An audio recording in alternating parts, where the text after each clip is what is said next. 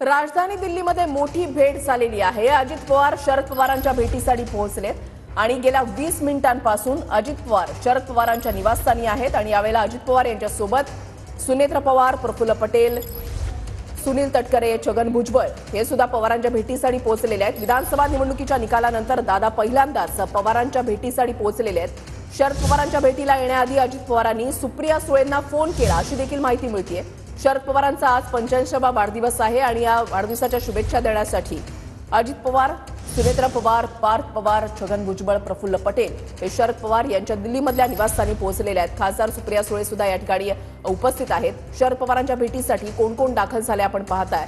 अजित पवार, त्याच्यानंतर सुनेत्र पवार, प्रफुल्ल पटेल, छगन भुजबळ, सुनील तटकरे, पार्थ पवार हे सर्वजण शरद पवार यांच्या भेटीसाठी त्यांना शुभेच्छा देण्यासाठी शरद पवारांच्या निवासस्थानी पोहोचलेले आहेत।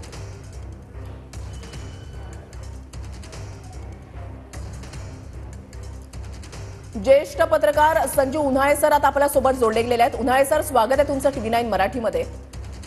राष्ट्रवादी काँग्रेसमध्ये उभी फूट पडल्यानंतर लोकसभा विधानसभा निवडणुकांचा निकाल लागल्यानंतर पहिल्यांदाच अजित पवार आणि शरद पवार यांची थेट भेट होतीये आणि ती सुद्धा शरद पवार यांना वाढदिवसाच्या शुभेच्छा देण्यासाठी। तुमची पहिली प्रतिक्रिया?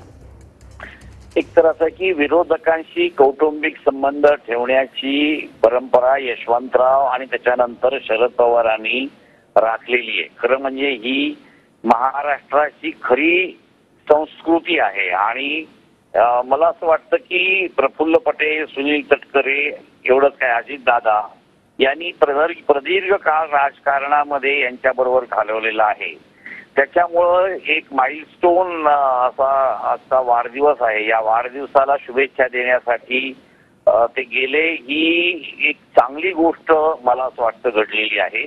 आणि एक याच्यामध्ये कौटुंबिक जरी प्रकरण असलं, कौटुंबिक जरी हा प्रसंग असला तरी देखील मला असं वाटतं की एकंदर राजकारणाच्या दृष्टीनं देखील एक बरी घटना घडलेली आहे।